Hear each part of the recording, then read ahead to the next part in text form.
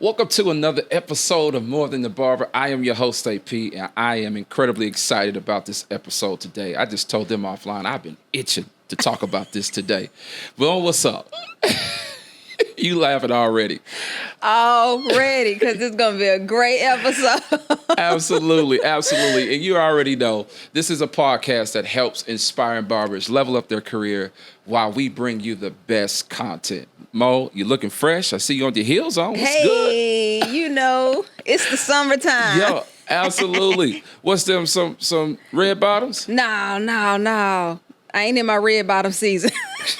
She said, I'm not in my red bottom I'm not season. in my red bottom. Listen, my money going elsewhere right now. Understood. Listen, these, I don't know. They just something I just put on because I'm to the point now, AP, to be honest, I'm about comfort. Come on.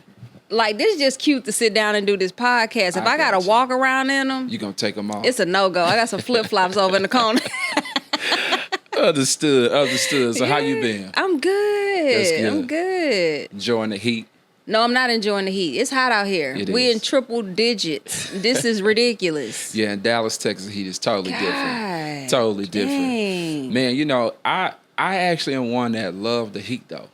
I do. I would prefer the summertime than the Oh, wintertime. no. I love, listen, you know how they say, like, black people don't sunbathe? Yeah. I do. Like, I will go lay out in the sun. I am a sun. Me too. Sun and water, you put them together, you got me good. all day. Like, I love sun. And like, the cool bro. thing about it is, in Texas, there are some spots where you can go and just do that. Get you a book. Yeah. You know what I mean? Enjoy the sun, in front of the water, and you chill. You know what? We have a neighborhood that's not too far. It has the biggest lagoon in that neighborhood. Really nice. I've seen it with the sand and the big open. Yeah. Yeah, that's a cool spot. It's a That's cool spot. I love it. It's a cool spot. I might Yeah. have to, because I know for me, man, where I'm from, it's hot, but it's a breeze too. Yeah, we ain't got California. Man, is, this you know. breeze feel like the hair dryer on. Like, this is. Absolutely. It make you have an attitude, AP. Be mad at people. Yeah. Got you. So Mo, like, what you been up to outside of traveling, outside of, got your sun gear on, out there in Legacy West doing the whole thing. What's up? What's been good with your businesses and all that? Let's get into that real quick. So, yeah, we are lined up to. And I know you don't have to tell too much. No, we good because I made sure, all the IP and everything is protected. Got So, it. we talked about we have the trademarks. Yes. We own the patents and everything.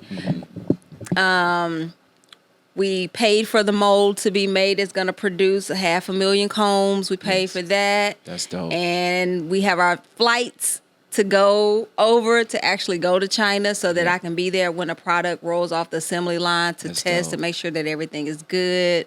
That's dope. Gonna go to Invest Fest. Signed up for the pitch competition there. Come on. Yeah. So you've been working. I've been working, and That's I cool. actually took on investors. I actually have investors now. So wait, so walk me through that. So, they say you can go far by yourself, but you can go further faster when you have people. And for the longest time, when you've been burned in business, you think this is mine. I can trust myself, and I'm just going to do it by myself. And I had people that had been asking me, really close friends of mine, that's at least 10, 20, my best friend, that's been around for years. And they had been asking me, and I was just like, nah, I'm not ready. It's not that I don't trust you. I wanted to make sure that the foundation was good. Love it. And now it was to the point where, a lot of money had to be spent. Yeah. And if I was going to do it with anybody, I was going to do it with people that I knew, that I trusted, that were not money hungry, that was not struggling financially, Yes. that if the business, God forbid, went up in flames, that they were going to be okay. That's dope. And they said, we just been waiting for you to ask us. That's dope. And Yeah. and this is it like, so how would we, let's say for instance I wanted to invest, or they're watching this show, Right. they wanted to invest. What's that process So look like? there's two different strategies. There's a lot of different strategies that you can do. You can take some people on as partners. they can invest in there's some people that just want to invest in this one product, right? So then we do a contract for just this one product. There's people that are investors in the business as a whole and whatever else that I bring out, because they know that there's other things down the pipeline. Right. So there's different investment strategies. But I'm real picky. Like, I'm real picky about who I allow to give me money, because at that point, once you take on investors, you work for them. And I've learned a lot from Pinky Cole, who's been public about her taking on investors and her losing her business. So she really did lose. She really did lose her business. What was it? Slutty Vegan. Sluggy Vegan. Yeah. So she lost it. So she lost her business. The business was making money, but she was talking about how they were expanding so much and they were putting Slutty Vegans, because Slutty Vegan was only in Atlanta. Right. And then she took it and she started putting them out, because we had one in Dallas. They had one, I think, on Spelman. They had them in different locations. They were spending so much money. Right.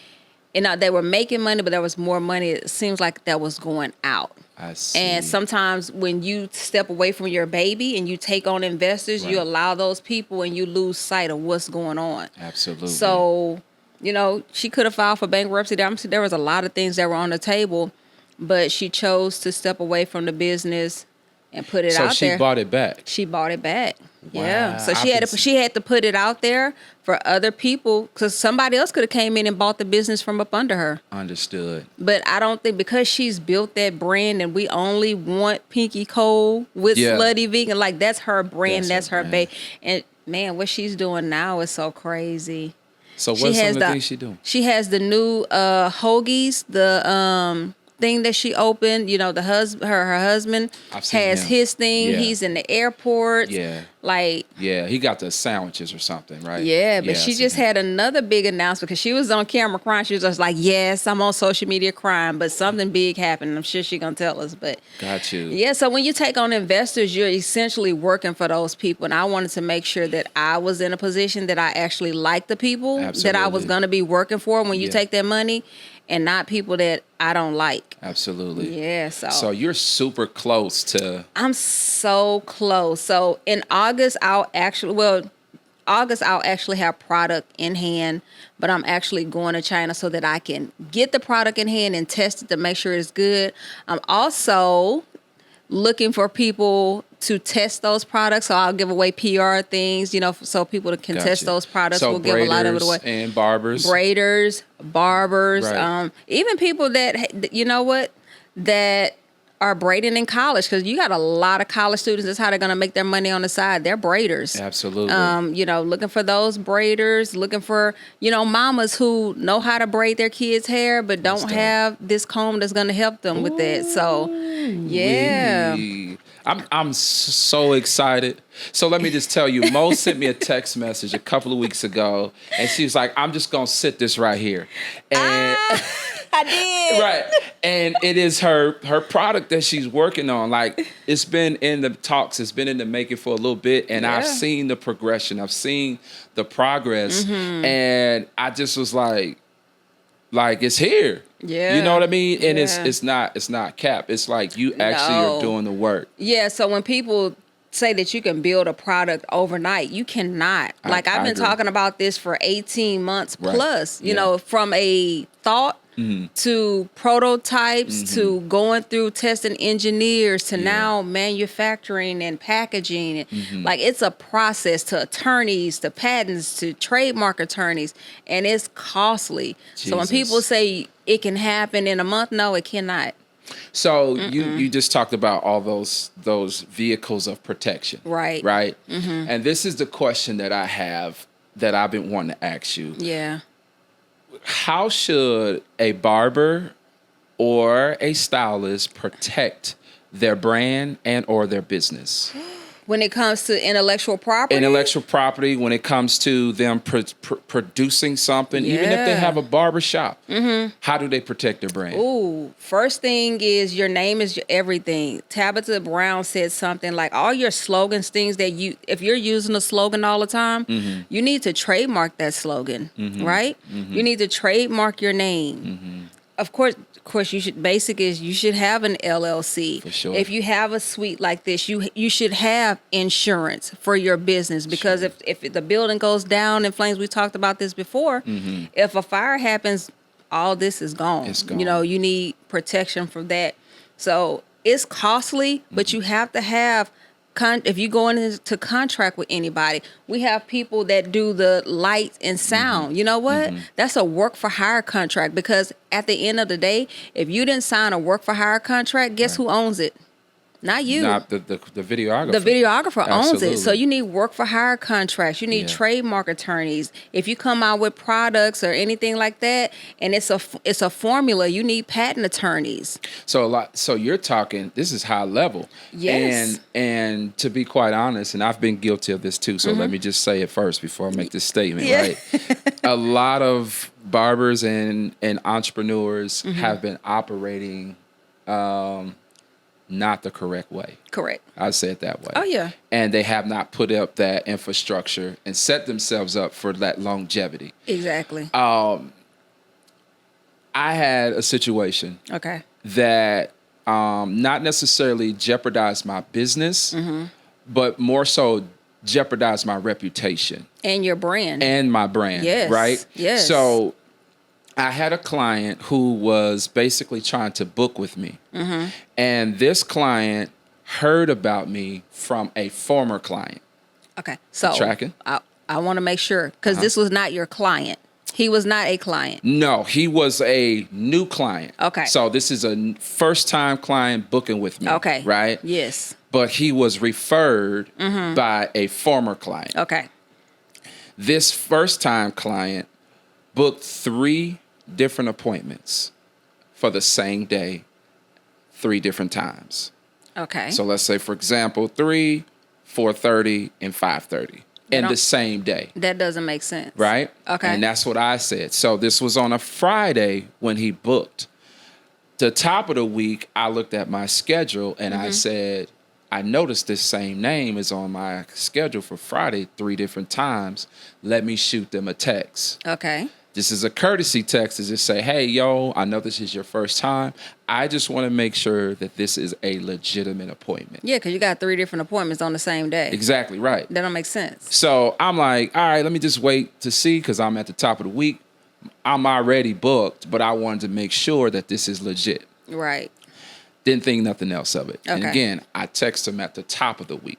So like on a Monday. Tuesday. It's like a Tuesday. Yeah, Tuesday night. I text him at the Tuesday night. I remember. And their appointment is Friday. Appointment is Friday. Got it. More than enough time. More than enough time, right? So Friday comes and I realize, oh, yo, they didn't text me back.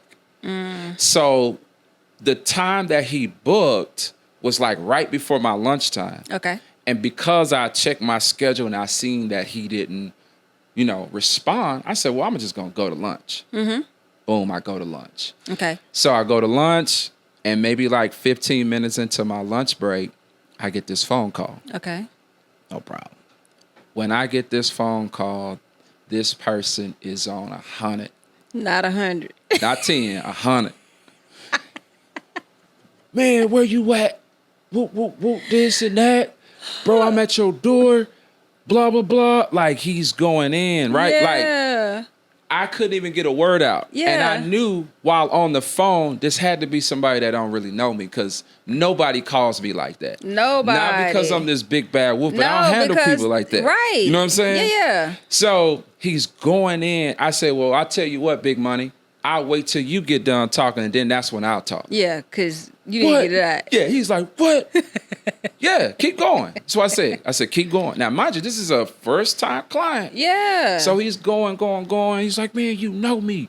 You know who I am. You know, blah, blah, blah. I was referred by this people, the former client and everything else, and blah, blah, blah.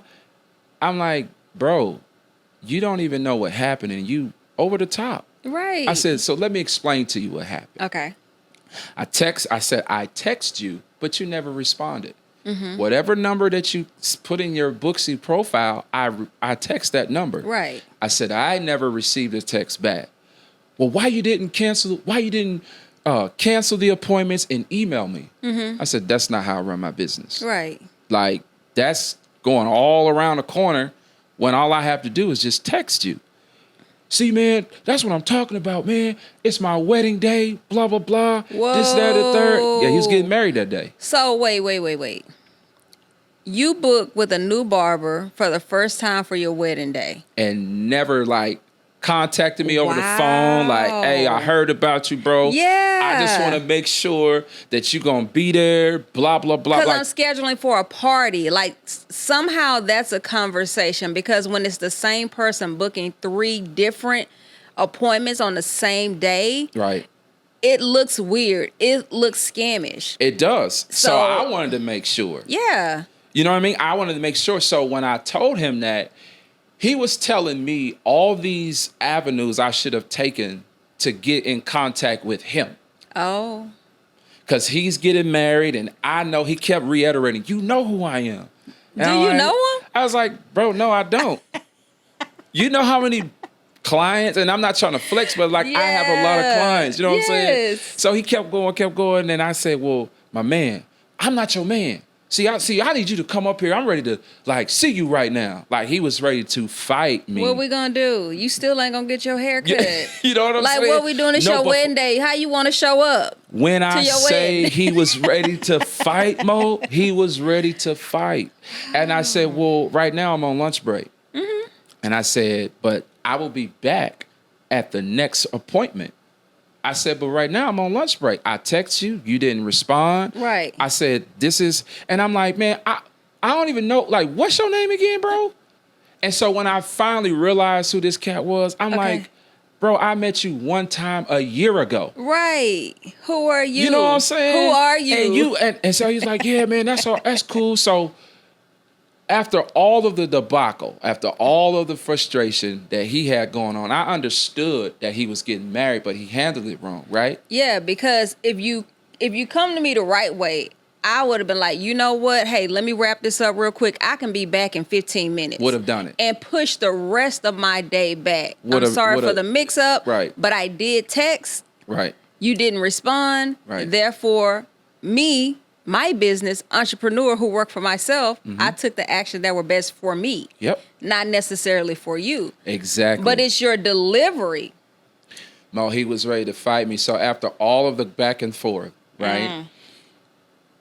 He hangs up in my face. A man hung up in your face. He hung, and I was calm. I de-escalated. So he's way up here like, yeah, man, this and that, bro, this and that. When can I expect you back at the barbershop? Like he's just going in. So he hangs up in my face. I said, all right, bro. That right there, nah, I'm good. So I sent him a text message. Okay. Screenshot the text that I text him at the top of the week Got it. to confirm. His response was, that's not my number. That's never been my number. This is my number right here. And I said, So how did I get this number? you see what I'm saying? Because that was the number in Booksy profile. Got it. So I told him, long story short, I said, from a professional perspective, so sorry this didn't work out via text. Sorry for the inconvenience. I'm sorry that this didn't work out for you. I just went down that whole thing, but man, hope it works out for you. Right. So his response was, man, you arrogant, man, this and that. I hope you don't charge me the cancellation fee. I didn't even charge him the cancellation fee. I could have, but I said, nah, I'm not going to do that. Right, because that would have been something else. It would have been something else, Yeah. right? Do you know he left a 1-star review? How you leave a 1-star review when you didn't get service?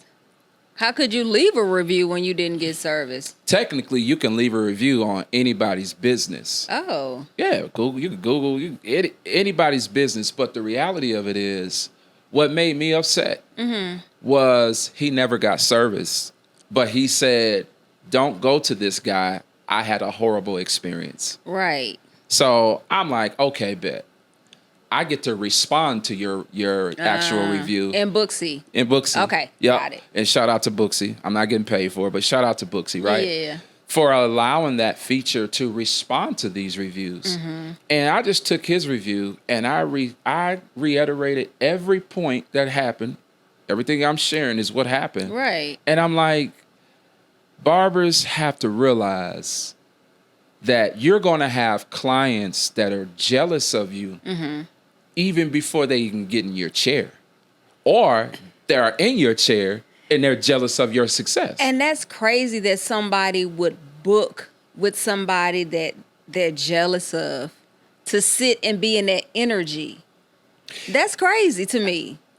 But a few episodes ago, we talked about how men don't have community. Right. That whole thing. Okay, yes. This is part of it. It's almost like there is a built-in mechanism, I'll use that, inside of a lot of us that we see a individual doing their thing. Two things you can say. Okay. Either I'm going to lock in with this cat or I'm going to be jealous of this cat. I don't think there's nothing in the middle. Like if you're not connecting with me, right, or if I'm doing something that you like, then what's the other thing? Got it. And see, and it's different for women because if I see a woman that's doing her thing, listen, clapping for them. I'm clapping for her because I know what it takes to get to that level. There's no hate, there's no jealousy, there's no nothing. And if I can support her, I'm gonna support. I'm gonna buy a product, whatever it is. You know, it's a thing called false humiliation, for false humility rather. Yeah. But there's also a thing called, you know, like not false friendship, but you're pretty much showing that. Yeah. You know what I mean? Like if I have this false humility trying to be humble, but I'm really not humble, it's the same way. Like I'm gonna come and get in your chair because I like what you're doing. I'll never tell you that. Right. But I like what you're doing. No, this is a thing. It's a thing, Mo. This is a thing. Okay. This is a thing. Listen, I believe you. Yeah. I'll come get in your chair. Yeah. And I'll pick your brain to build for my product or build for my business or whatever. It's a thing. And so that situation had me so upset because I know what I bring to the table. Right. And I'm like, this dude heard about me, but you don't know me. And based on what you heard, your assessment is how you was trying to handle me. Exactly. You know what I'm saying? Exactly. So I think that barbers have to understand that you will have clients that will try to, you know, discredit your business. That will try to come at you in a way where they are not speaking the truth about what you bring to the table. Yeah. The great thing about most people is they read more than one review. Like that's like a one-off because I've seen your review. Even when I booked with you long time ago, I looked at your reviews like consistently. They were I didn't see 5 stars consistently. 100%. So when I look at that one, and I'm like, there's a story behind it. And they got it. They got it. And I'm gonna tell you a hack. I don't know if I should share it, but I'll share it. Okay. The hack. Yes. So I couldn't really think of a professional response because I was so mad. Yeah. I was like, do I go there with this dude? But me going there with him is not going to do anything because I'm like, I don't want to match energies. So, of course, you got good old Chat GTP. Love it. Right? And I basically created my response from a professional perspective inside of chat because I don't want to come off non-professional. Exactly. You know what I mean? Yeah. But my response touched everything that happened. Every point that happened to where, no, you cannot just sit here and say you sat in my chair and you didn't sit in my chair. Yeah, that's number one. Yeah, number one. And then number two is like, this was a teaching moment. I felt like anything that happens is content. Anything. You can be. Yeah. I said, this is something that I need to help some barbers out with. Yeah. Like, barbers, make sure you protect your brand. Make sure you protect your business because there are people out there that literally are jealous from a distance. There are people that wake up every day trying to ruin somebody's life. Like, they wake up on that time. It's weird. It's very weird. And it's weird that you would... I mean, the whole thing is weird. I would never book. This is just me personally. I mean, And maybe this person has been following you. You know, there are people that follow you and look at you from a distance, would never comment, never like, never share. Yeah. They look from a distance Yeah. in the shadows, just hating. Like, And I but think the that's what fact, happened. yeah, but the fact that he loves your work. Let's just say that he's a fan of your work. Let's just say Okay, that, because then. nobody would book with someone new on such an important day. That's a good point. On your wedding day, That's a good point. I wouldn't get a new nail technician. You couldn't do my feet. You couldn't do my That's a good point. You couldn't, if you've never done my makeup before, you couldn't do my makeup. There is nobody new that could touch me on the most important day of my life. That's a good point. And he chose you. That's a good. So he had to have been watching. It's He had to have been- almost like this was intentional. I'm going to book on the same day under the same name, knowing that this looks crazy. It's on a Friday too. I'm gonna put the wrong number. I couldn't It's understand it's almost like it's intentional. I mean, y'all tell me, would you book with somebody Right. on your most important day for a haircut? Somebody ain't never cut your hair? No, it ain't happening. And my thing, okay, so on my wedding day, well, the day I was getting my hair done, my beard done for the wedding, right?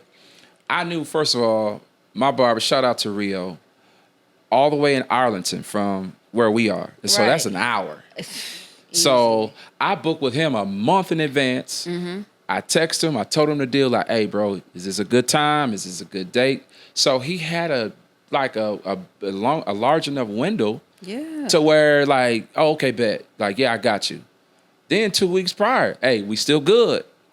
So I gave him an advance notice to say, hey, bro, this is what's happening. This is the most important day. Most important I day. got to make sure I'm fresh. Yes. Like, most people, if it's an important day, they leave a note Yes. or, hey, this is for me and my wedding party. Yes. Or this is for me. You know what I mean? Like, Yes. it was none of that. Yeah, my daughter, I book with a first-time braider, but I've been looking at her work. This is for my daughter's senior photos, right?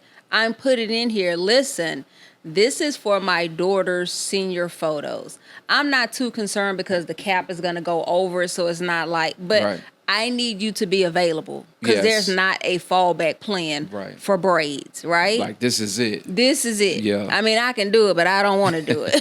It would be there all day. But you know, yeah. And for me, I think what you said is right. Like, you've been watching, you've been, because I know the former clients. I know them very well. And so I know that they had to been some conversation like, hey, yeah, Right. go to AP, man. He whatever, But for me, this taught me to always protect your brand, which is why I told the story. yes. Always protect your brand. Yes. And I even asked, what's the right tone in my response? Because he's not the end all be all. No. There's going to be several new clients that's going to read the review and say, I don't know about this. He got 305 stars over here And one- 1 star, like legit. No, and so, I know. yeah, so I'm Yeah. like, but I was mad because I'm like, how can you? There got to be something else. It's deeper than this. You know what I mean? So I agree with you saying. Yeah, that's true. Yeah. So with having a business, with having a product coming out, with Right. having, these particular things that you're working on, we talked about having an LLC. We talked about having even, all the things that go into making sure your brand is protected. Right. Right. Why do you think that some people just have, this mindset to say, I just got to start this business and it's dope, Yeah. but they don't have the back end taken care of? Sometimes you do have to just start and then Oh, that's work it. good. Sometimes you do. I'm telling you, sometimes you just got to start and then get those things as you can. It's expensive. It's expensive to have 2 or 3, a contract attorney, a patent attorney, and a trademark attorney. Those people cost. It's going to cost you no less than $1,500 for a trademark attorney. Yeah, I was going to ask you how much they cost. So Yeah. that's just for the trademark attorney. The patent attorney, depending on how much work they have to do, that costs. A patent attorney can be $5, $10, $20, $30 and up $1,000 For a that patent? for a patent. And then you don't even know. So when I filed for my patent and I turned in an application, a lot of stuff I know how to do on the front end by myself. I know how to do the patent search, and I know how to do, the patent, the provisional patent, whatever. I know how to do that. So when I go to the patent attorney, I've done a lot of work in the background. I know how to get my drawings, so I don't need to waste time with them. I've done it. Yeah. Right? Yeah. But that the time that they have to spend, or if they have to send it to the patent and trademark office, fine. I don't even know if it's going to get approved because I submitted, I know, but I submitted it in September of last year. It has not even made it to an examiner's desk. It's at least minimum a year before it even gets to an examiner's desk to say yes or no. Or no. Yeah. And then if that patent attorney has to go back and forth because they're fighting for your patent, they charge for that.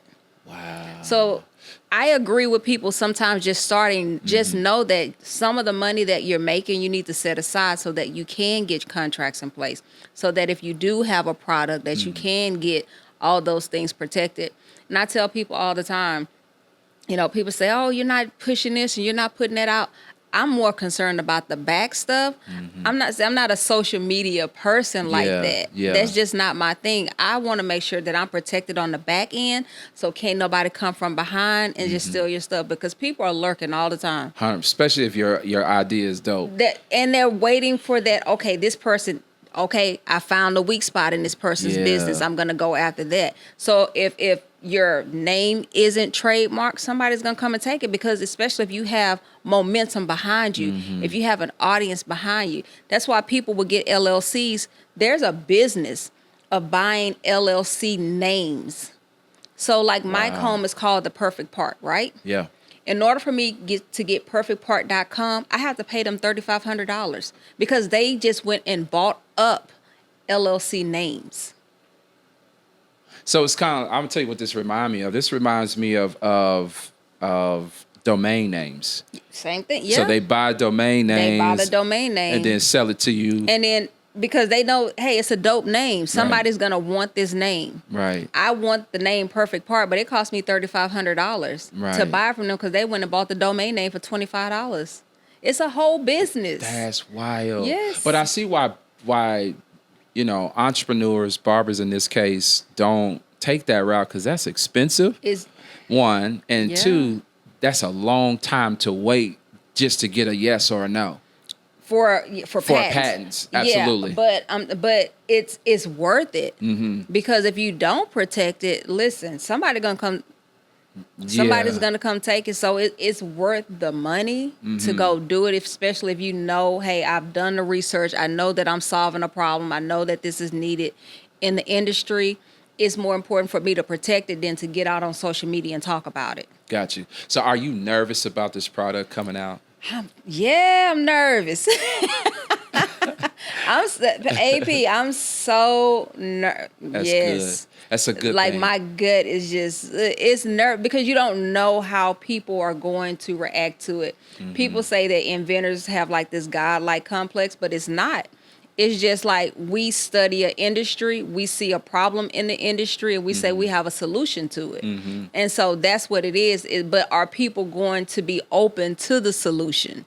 Because some people are used to doing, hey, this is the way I've always done it, and they don't like change. Right. Even though change could be better. Right. So, it's scary. So, and this is good because there are a lot of people watching or that may watch the playback and say, I have an idea. I have an invention. Right. Especially in the barber industry. It's a lot of money in the industry. It's wide open. Yeah. But I don't know if I've heard a barber talk about the protecting the brand business conversation yet, right? Yeah. So for you to have patents in this respect, what has been the most challenging, thing in this process?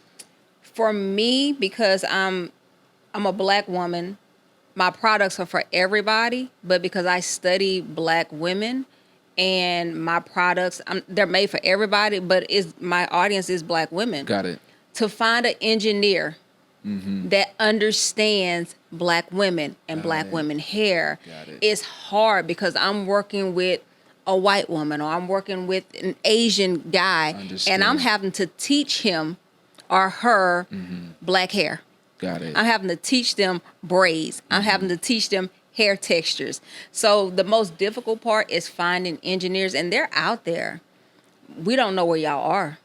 So you got to literally do your research, because in this case, it's a comb that you obviously gotten patent and all that. But your comb, you have to figure out who understands the language, who understands the texture, right? Well, who understands? So if I say, hey, the most important foundation for braids is the parts. Okay. Every Black woman understands that. Understood. If my parts ain't parting, we got a problem. Oh, cricket. Because there was a big thing. There's a big braider here in Dallas. Okay. She's big time. Okay. She works with Judy. I don't know if you know Judy. What's So the name is she of her in braider? Dallas? No. So the braider is here in Dallas. Okay. Judy, the Brat's wife. Oh, yeah. Their brand, I don't know, it's slipping my mind. Got you. She works with her as far as using her products. Okay. She has millions, probably 7 million on Instagram, Jeez. another 10 million on TikTok, another few million on Instagram. Yeah, she's killing it. Killing the game, right? Yeah. And there was a situation that happened in her shop. She didn't braid the hair, but one of her braiders braided the hair, and the girl was upset about her parts. And it was this big, it was a big thing. Like, it was huge. Did they bring it to social media? Oh, they brought it to social media. She showed her hair. Yeah. She showed miscommunication. Like, it was a big thing. And I love the content creator, but things happen. And you have to own those things when it happen, right? Right. So when I say, hey, I'm trying to create a comb where this never happens again. Like, if you use my comb extends and retracts so that all your parts are the same size. So that when you go to your braid and you say, I want small braids, all your parts are going to be the same size. It's going to be a click. You agree, they agree. It doesn't change, right? Got you. Nobody understands that like a Black woman. But when I'm going to an engineer and I can't find a Black engineer that understands that or that doesn't deal with Black hair, or I'm trying to deal with somebody in China who doesn't know braids. It's going to be a challenge. Now I got to get them a master class on what are braids and what are parts and why are parts important. Got you. So the hardest thing is finding Black engineers to work with, because we need y'all in the entrepreneurial space, especially when it's something that's almost specific to our culture. So when did you know that this was the right engineer? I didn't. I had to teach him, but he was open. The communication was really good, so I wound up finding an engineer in China. Okay. I did. I went to China. I found, but I went through 3 engineers. So first was a white guy, then there was a white woman, and we got closer and closer. But I probably did 20 different prototypes before I got to the right one. So changing engineers 3 times. That's thousands of dollars each time that I say, hey, do drawings, do it in CAD, which is your computer animated design, and then do a prototype for me, then print it, then mail it to me. It's thousands of dollars. So that's why it's thousands of dollars, and it takes time. It doesn't happen overnight at all. So I had to teach throughout the process for them to, and I still don't think they understand it. To be honest, I sent them videos and just like, hey, this is what I want. He can't even say my name right. My name Monique. He was like, Monica. You know what? My name Monica. It is what it is. I go with it. Yeah. I'm Monica. Got you. So you pretty much taught them, gave them a master class on what it is that you needed for your product. I did. Which, it's smooth selling now. It's go time. Yeah, it's like go the time. plane tickets are bought. Yeah. And I'm gonna come back with them in my hand. I mean, even the design, the packaging. I wanted the packaging to be top tier. I wanted everything. I didn't want nobody to come back and say, "Hey, this is trash. Some people might, because they always gonna be something, but I wanted it to be a quality product. I wanted the packaging to be quality because the price is quality. It's not a $3 comb. It's not a $5 comb. It's not a $10 comb because I'm over 30,000 in on just trying to bring it to life. You know what I'm saying? It ain't just a comb that you're going to go to the beauty supply and get it off the shelf. Understood. It's just not that. And I know that it's not going to be for everybody, but I'm not going to spend $50,000 and sell you a $3 comb. What we doing? So do you want to tell us how much it's going to be? So I'm looking at about $25, but it solves a problem. If I give you something that don't solve a problem, if I say, hey, braids are expensive. $250. I remember getting faux locks in 2020. I paid $1,000 for the faux locks. Jesus I Christ. flew from here to Atlanta. She was in her house. She charged $1,000. And I only went to her because she had did Keke Palmer's hair. She charged $1,000. No, $1,200. I had to get a hotel and I had to fly back. Right? If I'm saying it solves a problem, not just for your stylist, but for parents who wants to do their kids' hair, there are individuals who know how, there are braiders now that just offer parting services because a lot of people know how to braid their own hair, but they can't get their parts right. If the parts are the foundation to every braid before you even start, why wouldn't you pay $25?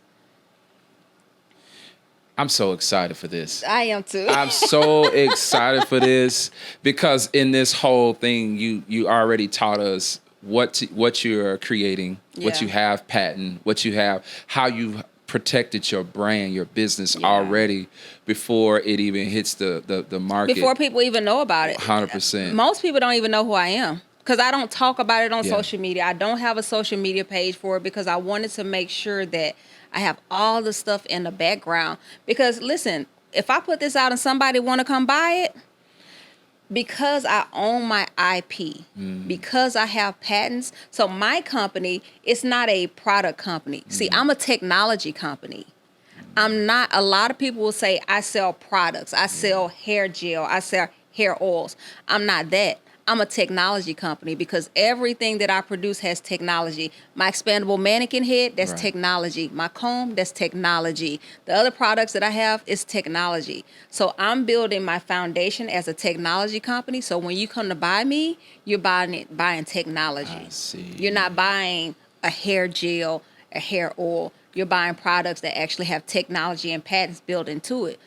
So I'm setting it up for somebody to come buy it so I can sell it. That's the best. That's the best play, which we could do obviously a part 2 on that. Yeah. You call me a sellout if you want to. I'm selling this thing. Yeah. Absolutely. So, and I love this episode. What would you tell the barber, the stylist, the creative that wants to pretty much get to a level where they are creating something that they can ultimately sell? What would be your advice to them in this particular episode? In this episode, one, in your industry, find that thing. Don't get into the mindset of this is how the barber industry is. Find that thing that they've always done it the same way and find that hole, find that need.